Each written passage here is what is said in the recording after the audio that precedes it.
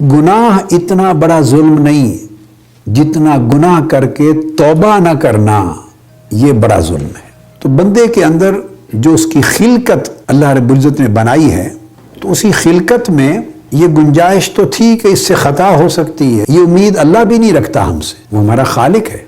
मगर वो कहता है कि अगर कोई खता गुनाह सरजद हो तो फौरी रुजू करो मेरी तरफ और उस गुनाह पर शर्मिंदगी इख्तियार करो, नादिम हो जाओ। अल्लाह रब्बुल इज़्ज़त ने फरमाया वमन लम यतुब फउलाइका हुमुज़ ज़ालिमून, जो लोग तौबा नहीं करते हकीकत में वही बड़े जालिम हैं। जब लफ्ज़ जालिम कहा तो अल्लाह पाक ने फरमाया वमन लम यतुब फउलाइका हुमुज़ ज़ालिमून, जो तौबा नहीं करते, गुनाह कर बैठते हैं और ताइब नहीं होते, तौबा नहीं करते, फरमाया वही हकीकत में जालिम है।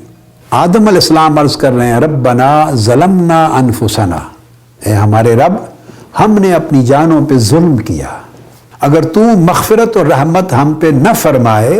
अब ये जो कलिमात हैं अगले, ये कलिमात तौबा हैं, इस्तिग़फ़ार और तौबा जमा हो रही है।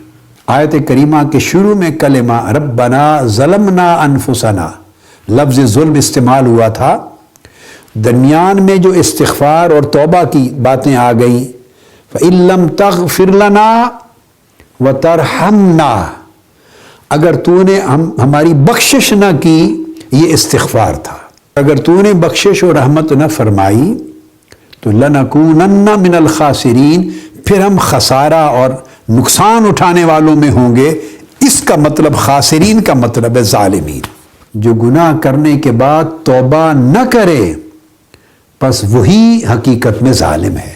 तो अल्लाह रब्बुल इज़्ज़त ने गुनाह से भी ज़्यादा अहम गुनाह से भी ज़्यादा अहम नाफरमानी और गुनाह से भी ज़्यादा बड़ी मासियत अल्लाह रब्बुल इज़्ज़त ने तौबा न करने को करार दिया।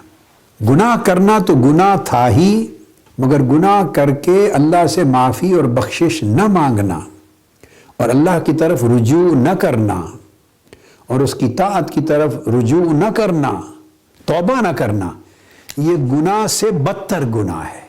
तौबा भी अल्लाह की तौफीक से होती है।